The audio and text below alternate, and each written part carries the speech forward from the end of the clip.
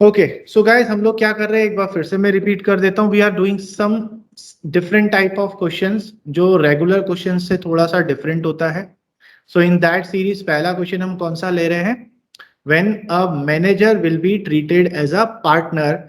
और जब मैनेजर को पार्टनर की तरह ट्रीट करा जाएगा, देखिए the problem is if your manager is now becoming your partner, future में पार्टनर बन रहा है तो कोई प्रॉब्लम नहीं है.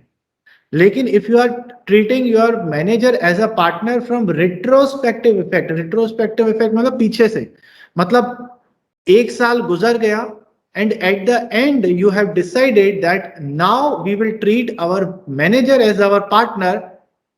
बट ये डिसीजन आप ले रहे हो, फॉर एग्जाम्पल ये डिसीजन आप ले रहे हैं 31 मार्च को, 31 मार्च 2020 को आप डिसीजन ले रहे हैं कि your manager will B now partner, but you will treat him partner from effect from 1 अप्रैल, 1 अप्रैल से. मतलब डिसीजन यहां पे ले रहे हो बट उसका इफेक्ट कहां से देना है? रिट्रोस्पेक्टिव इफेक्ट देना है. अगर हम डिसीजन यहां से ले रहे होते और बोलते कि आगे से वो हमारा पार्टनर होगा, then there will be no issue. But issue तो यही है कि आप इसको डिसीजन आज इस डेट पे ले रहे हो बट उसका इफेक्ट आपको यहां से देना है. So let's read the question कि हमें क्या बोल रहा है. बोला A and B are in partnership sharing profits in 3:2. Great. They admit C, their manager, as a partner with effect from 1 April, with effect from 1 April for 1/4 share. तो हमने क्या बोला भैया, हमारा रेशो जो ओल्ड पार्टनर्स थे उनका ratio 3:2 है और तुझे हम 1/4 देंगे. ना ये बोल रहा है see while a manager was in receipt of salary, मतलब जब वो मैनेजर था तब हम उसको सैलरी देते थे and commission of 10% on the net profit after charging such salary and commission. तो जब वो मैनेजर था तो हम उसको दो चीज देते थे, एक सैलरी देते थे और एक कमीशन देते थे. ये दोनों हम उसको दिया करते थे, तो उसको कुछ अमाउंट यहाँ पर टोटल मिलता था. In terms of partnership deed, any excess amount which C will be entitled to receive as a partner over the amount which would have been due to him if he continued to be a manager will be borne by A. अब ये क्या बोल रहा है? ये बोल रहा है कि C अब हमारा पार्टनर बन गया, हम उसे 1/4 शेयर देंगे.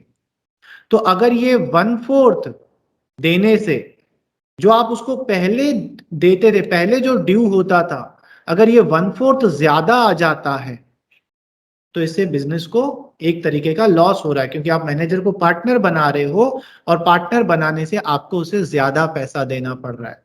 तो जब वो मैनेजर था तब उसको जो मिलता था और जब वो पार्टनर है तब उसको जो मिलता है, तो पार्टनर बनने पर अगर ज्यादा मिल जाता है तो ये फर्म का लॉस है एक तरीके से, और ये लॉस कौन बियर करेगा? वो ए बियर करेगा.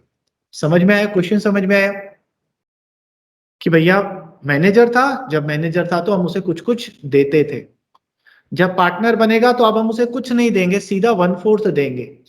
पर अगर ये 1/4 ज्यादा हो जाता है, पिछला जो देते थे उससे ज्यादा हो जाता है, तो जो डिफरेंस अमाउंट होगा वो ए बियर करेगा.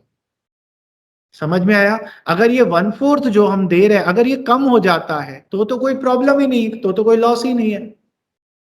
लेकिन अब पार्टनर बनाने से अगर फर्म को ज्यादा देना पड़ता है पुराने से, तो ये एक तरीके के फर्म को लॉस है और ये लॉस या डिफिशियंसी ए बेयर करेगा. समझ में आया? Now profit for the year ended 31 March 20 was 2,25,000. अब देखो प्रॉफिट 31 मार्च 20 का दिया और आप उसे पार्टनर कब से बना रहे हो? 1 अप्रैल 20 से. तो ये सारा लफड़ा इसी कारण से तो हुआ है कि आप रेट्रोस्पेक्टिव इफेक्ट से आप उसे पार्टनर बना रहे हो. क्वेश्चन समझ में आया गाइस? चलिए, क्वेश्चन समझना बहुत डिफिकल्ट है बट इसका सॉल्यूशन बहुत इजी है. क्यों इजी है? क्योंकि इस क्वेश्चन में ना इंटरेस्ट ऑन कैपिटल है ना कुछ है. ठीक है, तो चलिए देखते हैं इसको कैसे सॉल्व करेंगे. सो गाइस मैंने यहाँ पे फॉर्मेट बना लिया. ये पी एंड एल अप्रोप्रिएशन कब बनता है? पी एंड एल अप्रोप्रिएशन बनता है ईयर एंड पर, दैट इज 31 मार्च 2020. सो हमने डिसीजन ले लिया है कि मैनेजर हमारा पार्टनर बन जाएगा. नाउ क्योंकि वो पार्टनर बन रहा है तो ना हम उसे सैलरी देंगे ना हम उसे कमीशन देंगे, हम उसे सिर्फ 1/4 शेयर ऑफ प्रॉफिट देंगे। ठीक, मींस सबसे पहले हम लोग यहां पे लिख लेते हैं by net profit, brought down. कितना नेट प्रॉफिट था? Let's see 2,25,000। पहले चेक करते हैं, क्या चेक करते हैं? Partner as manager. जब पार्टनर मैनेजर था तब क्या होता था? तब हम उसको सैलरी देते थे और उसको कमीशन देते थे। सैलरी कितनी देते थे? लेट अस सी 27,000 per annum, 27,000 per annum.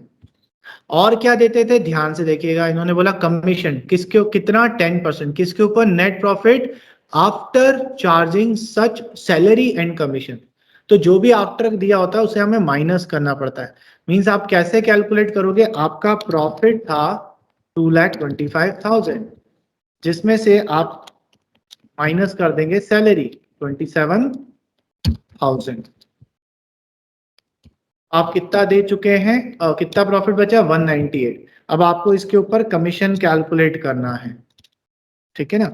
Commission, लेकिन याद क्या रखना है, कमीशन कैसे कैलकुलेट करना है? 10% आफ्टर चार्जिंग बोला, आफ्टर, आफ्टर है तो हम कौन सा फॉर्मूला लगाते हैं? Percentage upon 100 plus percentage. तो now how we will calculate? 1,98,000 multiplied by 10 divided by 110. So this is the amount of commission that you will give. तो कमीशन कितना आ गया? 18,000। ठीक है, मतलब इसको टोटल कितना मिलता था? 40,000। ठीक, हाँ। हम क्या करेंगे? Distribution of profit, distribution of profit when as manager, जब वो मैनेजर था। सो क्या करते थे? ए, बी और सी। सी को टोटल कितना मिलता था? 40,000। सो ऑफ 2,25,000, 40,000 इसके पास चला गया, बाकी कितना बचा? 18,000। This 18,000 will be distributed into A and B in 3:2. So 1,85,000 into 3 by 5 and 1,85,000 into 2 by 5। कोई डाउट यहां पर? कोई डाउट? मैंने क्या करा, मैंने सबसे पहले प्रॉफिट को डिस्ट्रीब्यूट कर लिया ये मानकर कि वो मेरा मैनेजर ही है। It will be 45,000। Okay sorry, 27,000 plus 18,000, 45,000। Okay, so I was wrong, total mistake हो गया। 45,000 बचा 180। सो 180 will be distributed into 3 by 5 and 1,80,000 into 2 by 5। ठीक, this is how we have distributed. So what we are doing, because हमें ये भी देखना है कि पहले कितना मिलता था और बाद में कितना मिलता है। सो मैं क्या देख रहा हूं कि पहले वो मैनेजर जब था तब क्या होता था। ठीक है, मैं डायरेक्टली क्यों नहीं डिस्ट्रीब्यूट कर रहा हूं? बिकॉज जब मैनेजर पार्टनर बन जाएगा और इससे अगर फर्म को लॉस होगा तो बी उसको बेयर नहीं करेगा। कौन बेयर करेगा? ए बेयर करेगा। इसलिए मैंने क्या करा, अगर वो जब पहले प्रीवियस कंडीशन के हिसाब से प्रॉफिट्स को डिस्ट्रीब्यूट कर दिया मैंने, और उस हिसाब से देख लिया कि मैंने सी को कितना मिलेगा, बी को कितना मिलेगा और ए को कितना मिलेगा। This was the condition.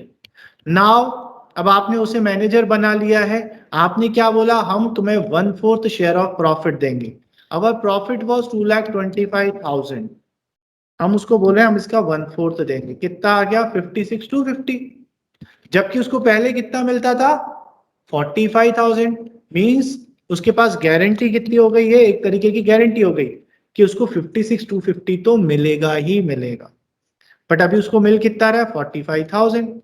सो 56,000 में से 45,000 तो डिफिशियंसी कितनी हो गई? 11, सॉरी 56,250 माइनस 45,000, तो डिफिशियंसी कितना हो गया? 11,250। ये कौन बियर करेगा? This will be bear by only A, 11,250। ठीक है, सो टोटल क्या हो जाएगा? अब अब मींस ए को जो टोटल अमाउंट मिलेगा वो मिलेगा 96,750 और इसको जो अमाउंट मिलेगा वो 56,250 और इसको 72,000। ऐसा हमें क्यों करना पड़ा गाइस? ऐसा हमें इसलिए करना पड़ा because B is not going to bear when C is going to be manager. इसीलिए मैंने क्या करा ताकि बी को कुछ बेयर ना करना पड़े, पहले मैंने तीनों में प्रॉफिट्स ऐसे बांट लिए जैसे जब वो मैनेजर हुआ करता था। इससे क्या हुआ, सबका ओरिजिनल पता चल गया, तो बी का भी ओरिजिनल पता चल गया। फिर मैंने चेक किया कि सी को कितना मिलना चाहिए था, फिर मैंने देखा कि सी को कितना कम मिल रहा है और वो सिर्फ ए में से माइनस कर दिया।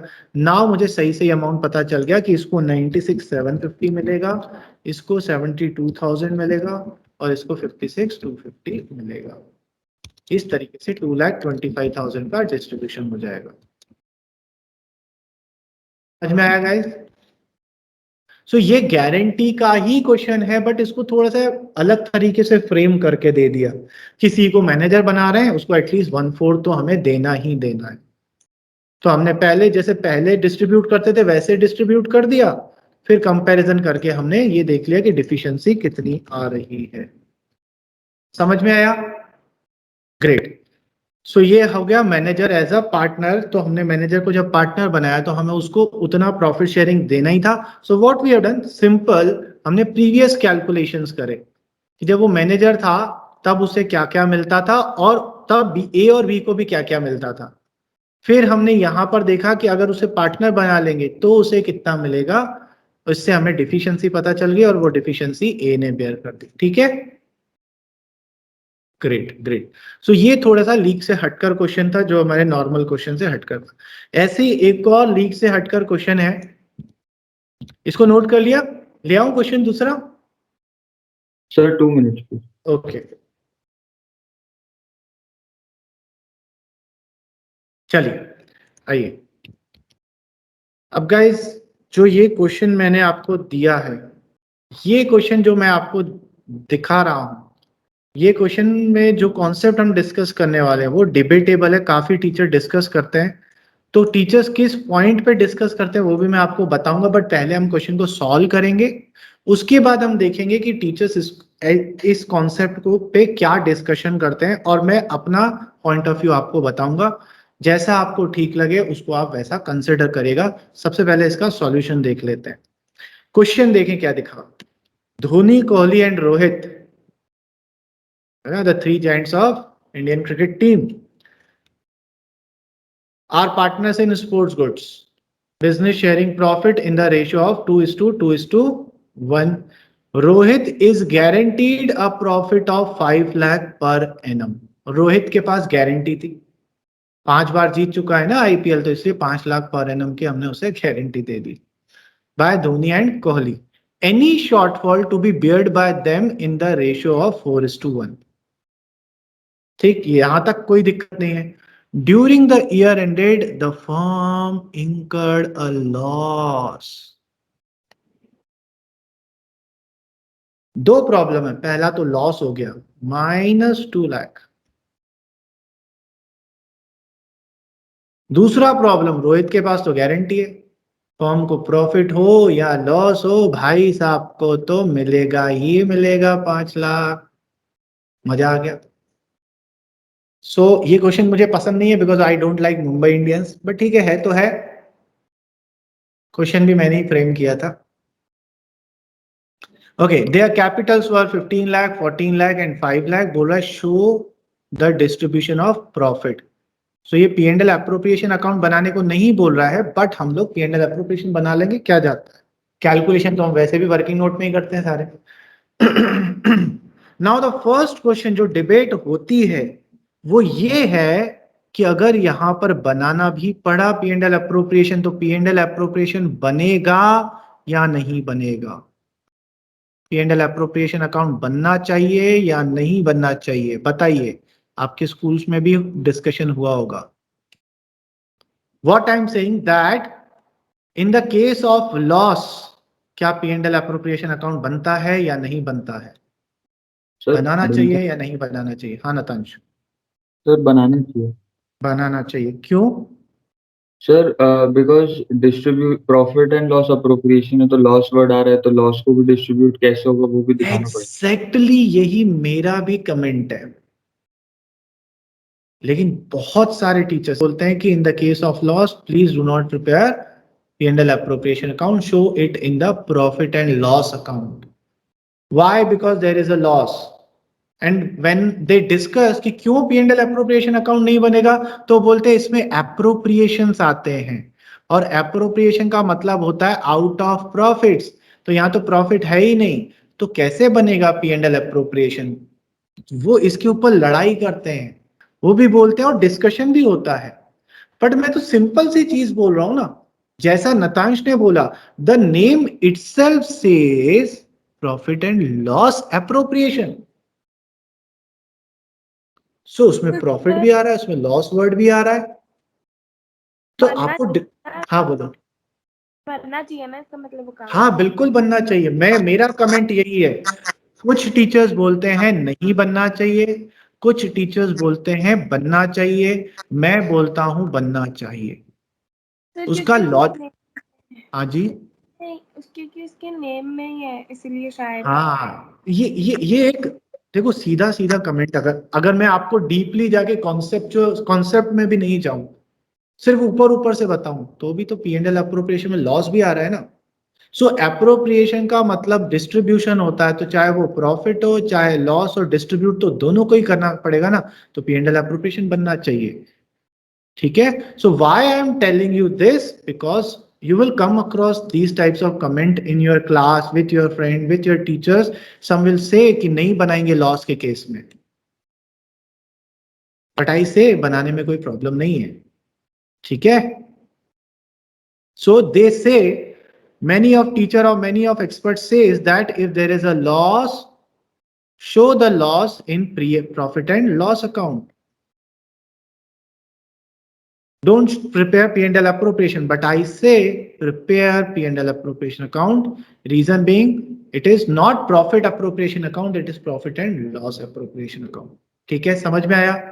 पॉइंट ऑफ डिस्कशन समझ में आया? कैलकुलेशन बहुत इजी है, जो हम करने वाले हैं वो बहुत इजी है। The only thing is whether P&L appropriation prepare होना चाहिए या नहीं होना चाहिए। मैं बोलता हूं होना चाहिए, उसके पीछे का लॉजिक समझ में आ गया? ठीक है, अब कुछ लोग बोलते हैं कि यार जो चार्ज होती हैं चीजें वो तो P&L एप्रोप्रिएशन में आती नहीं, ये तो चार्ज है ही नहीं ना, ये तो लॉस है। कोई आइटम होता पर्टिकुलरली रेंट टाइप का, interest on capital, interest on loan type का, मैनेजर कमीशन टाइप का, तो हम समझ सकते थे कि P&L एप्रोप्रिएशन में नहीं लिखने, बट ये तो लॉस है ना, और P&L लॉस डिस्ट्रीब्यूशन में तो दोनों आता है, प्रॉफिट और लॉस दोनों आना चाहिए। So this is our comment. So rest depends on your own thinking and what you discuss with your other teachers, the concept, और मेरा जो व्यू है वो मैंने आपको बता दिया। ठीक, तो हमें इस क्वेश्चन में क्या करना है, हमें तो डिस्ट्रीब्यूट करना है प्रॉफिट, और ये क्वेश्चन गारंटी का है गाइस, और गारंटी में हम हमेशा क्या करते हैं, चलिए वैसे तो यहाँ प्रॉफिट एंड लॉस बनाने को नहीं बोला है, पर एप्रोप्रिएशन नहीं बोला है, मैं बना देता हूँ सिर्फ नेम सेक के लिए। सो ये गारंटी का क्वेश्चन है कि नहीं है, तो हम गारंटी को क्या करते हैं, नीचे अलग से सॉल्व करते हैं। सो सबसे पहले तो नेट लॉस है, प्रॉफिट होता था तो क्रेडिट साइड पे लिखते थे, लॉस है तो हम लोग इस साइड पे लिखेंगे to net loss brought down, debit side पर कितना 2 लाख का हो गया। ठीक, सो गाइस जब मैं आपको गारंटी सिखा रहा था, मैंने आपको सिंपल सा एक लॉजिक बताया था, पहले जैसे पास्ट में डिस्ट्रीब्यूट होता था वो डिस्ट्रीब्यूट कर दीजिए, उसके बाद आप कंपेयर करिए कि गारंटी के साथ क्या होगा। ठीक है, ओके, 2 लाख का हमारा लॉस था, तो इस 2 लाख का लॉस पहले आप अज्यूम करिए कोई गारंटी है ही नहीं, तो धोनी, कोहली एंड रोहित, सो हम इसको 2 लाख के लॉस को डिस्ट्रीब्यूट कर देते हैं, तो 2 lakh into 2/5, 2 lakh into 2/5 and 2 lakh into 1/5, ये कहानी थी। ठीक, अब आप गारंटी देखिए, गारंटी क्या हो रहा है, रोहित के पास 5 लाख रुपीस की गारंटी थी, तो क्या मैं इसके अकाउंट में यहाँ 5 लाख प्लस करूंगा? No sir, 4,60,000। नहीं, वेरी गुड। क्यों नहीं करूंगा? क्योंकि अगर मैं इसको 5 लाख प्लस करूंगा तो इसको 4,60,000 ही मिलेगा। क्यों? क्योंकि ऑलरेडी मैं पहले लॉस उसके अकाउंट में डाल चुका हूं 40 का, और 5 लाख का प्रॉफिट आऊंगा, मतलब नेट उसके पास 460 आ जाएगा। तो मुझे उसे 5 लाख नहीं देना है, मुझे उसकी डिफिशियंसी अब कितनी हो गई? 5,40,000 की हो गई। समझ में आया? सो डिफिशियंसी का अमाउंट कितना हो गया? अब 540। बस यही समझना था। 540 था, ये 540 कौन बेयर करेगा? धोनी और कोहली बेयर करेगा। तो धोनी जैसे अपनी टीम का भार भी उठाता है, यहां पर भी वो ज्यादा भार उठा रहा है, 4:1। So this 5,40,000 into 4/5 and 5,40,000 into 1/5.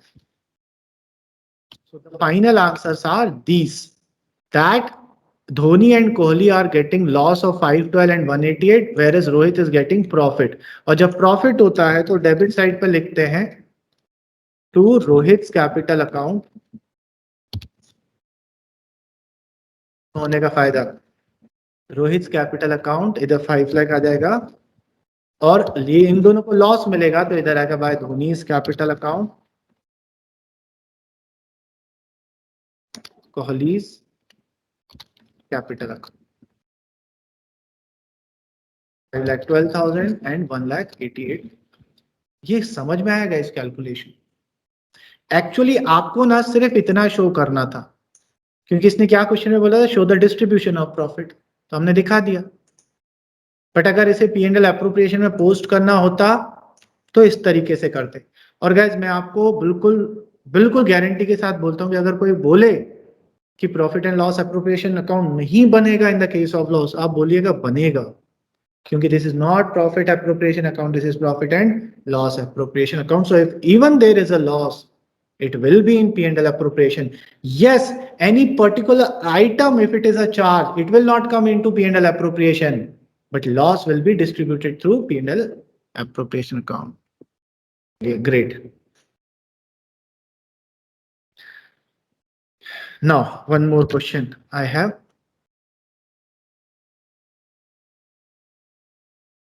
नहीं, ये नहीं। So अब जो मैं करवा रहा हूँ क्वेश्चन, वो कोई डिस्कशन वाला नहीं है, बस मुझे क्वेश्चन अच्छा लगा तो मैं ले आया इसको। So last question for the day, last question for the chapter. From the next class we will start the new chapter. आइए देखें क्या है क्वेश्चन में।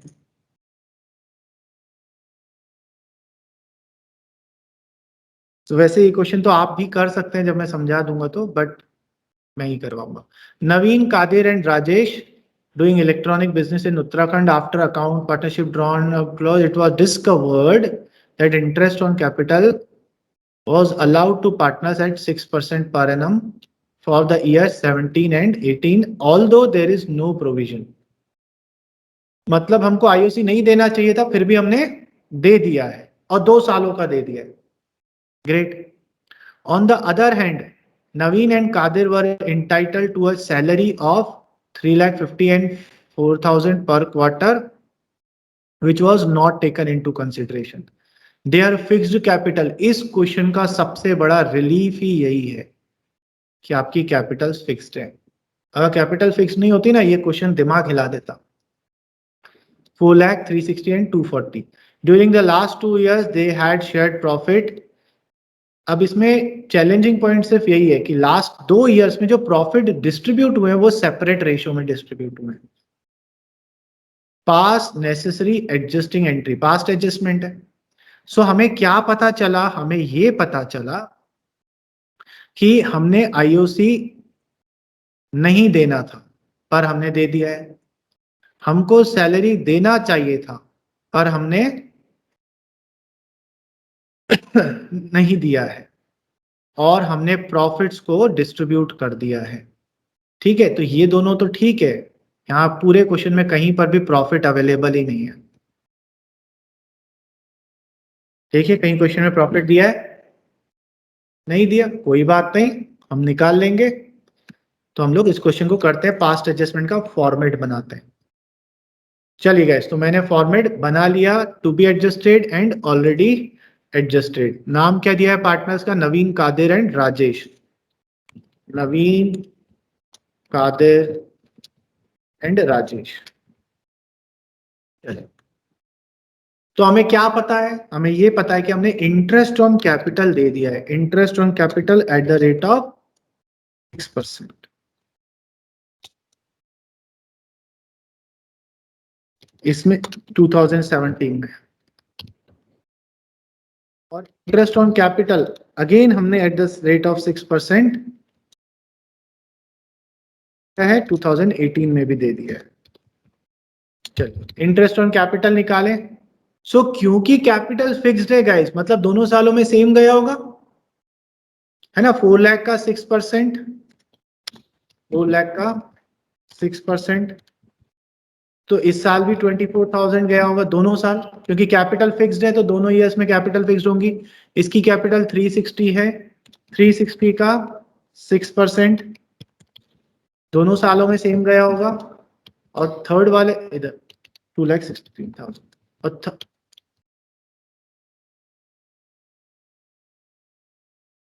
और थर्ड वाले का कितना है कैपिटल? 2,40,000, तो 2,40,000 का 6% दोनों सालों में सेम गया होगा, 13,400। यहां तक कहानी समझ में आई गाइस? बढ़िया। सो इस तरीके से 2017 में मैंने 60,000 दे दिया और 2018 में भी 60,000 मैंने दे दिया, मींस मैं 1,20,000 डिस्ट्रीब्यूट कर चुका था, जो कि गलत तरीके से हुआ है। अब सही तरीके से करें। चलिए, सही तरीके से करेंगे हम लोग। तो हम दोनों सालों का कैलकुलेशन, दोनों ईयर का रेक्टिफिकेशन करेंगे। यहां पर रो इंसर्ट कर देते हैं, थोड़ा सा अच्छे से दिखाएंगे। सबसे पहले हम लोग कैलकुलेशन ठीक करते हैं, कौन से का? ईयर 2017 का। सो ईयर 2017 में हमको इंटरेस्ट ऑन कैपिटल नहीं देना चाहिए था, क्योंकि डीड में नहीं लिखा हुआ था, पर सैलरी देना चाहिए था। एक सैलरी किस किस को देना चाहिए था? नवीन और कादिर को 3,500 एंड 4,000 पर क्वार्टर। 3,500 into 4 and 4,000 into 4।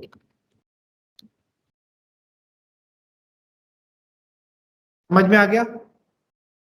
ये हमने दे दिया। आईओसी नहीं देना चाहिए था, हमने नहीं दिया, सैलरी को दे दिया। ठीक। अब 2007 का प्रॉफिट किस रेशो में बंटना है? 3:2:1 में। 3:2:1। सर प्रॉफिट तो है ही नहीं। प्रॉफिट नहीं है तो कोई बात नहीं, हमें एक चीज पता है कि ऑलरेडी का टोटल और टू बी का टोटल हमेशा सेम होना चाहिए। तो देखिए 2017 का टोटल कितना है? 60,000, तो यहां पर भी 60,000 होना चाहिए था, है ना। 60,000 होना चाहिए था टोटल, पर हम आउट ऑफ दिस 60,000 30,000 तो हमने डिस्ट्रीब्यूट कर दिया, बाकी कितना बचा? 30,000, and this 30,000 will be distributed into 3,000 or 3:2:1, 3/6, 2/6 and 1/6 में आया गाइस? ठीक है, तो हमने क्या करा? Year by year.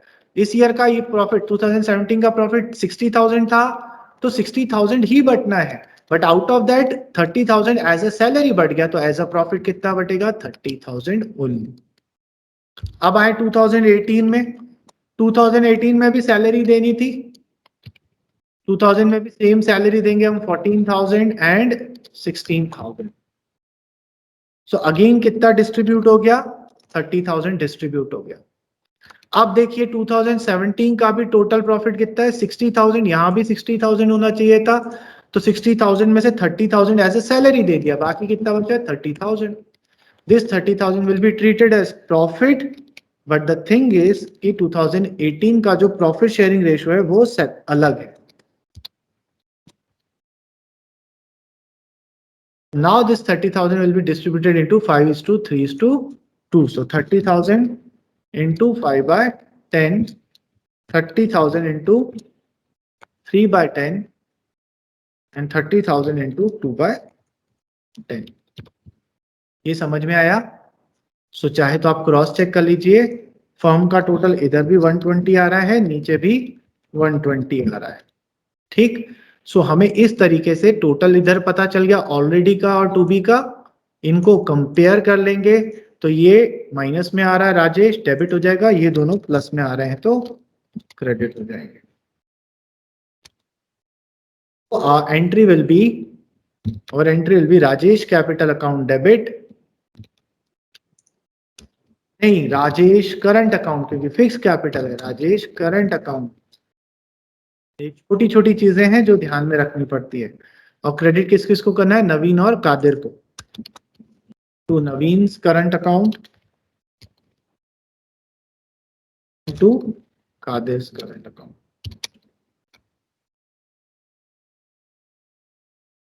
$17,800, $10,000 and $7,800 हमने यहां पर करा था। ठीक है, समझ में आया गाइस? सो गाइस ये जो 3 क्वेश्चन मैंने आपको करवाए ये थोड़े से लीक से हटकर थे। ठीक है, जो ये मैंने आपको लास्ट क्वेश्चन करवाया ना, ये क्वेश्चन दिखने में बड़ा इजी लगता है बच्चों को, बट अगर आप ध्यान से देखें तो इसमें प्रॉफिट अवेलेबल नहीं है, इसलिए हमको ये सेपरेट करना पड़ा। अगर प्रॉफिट अवेलेबल होता तो थोड़ा और इजी हो जाता, पर ठीक है हमारा कॉन्सेप्ट क्लियर है तो हमने कर लिया। ठीक, so guys on that note, guys, we have completed this chapter successfully or not successfully. It depends on how much you are getting out of it. ठीक है, सो अच्छे से रिवाइज करिए, you have the recordings, you have all the things. If you have any doubts, I'm always there on WhatsApp, on call. बस आप पढ़ाई करिए। ठीक है, next class we are starting new chapter which is very easy chapter, valuation of goodwill. Okay guys, तो इसके साथ rest लेते हैं। जय श्री राम।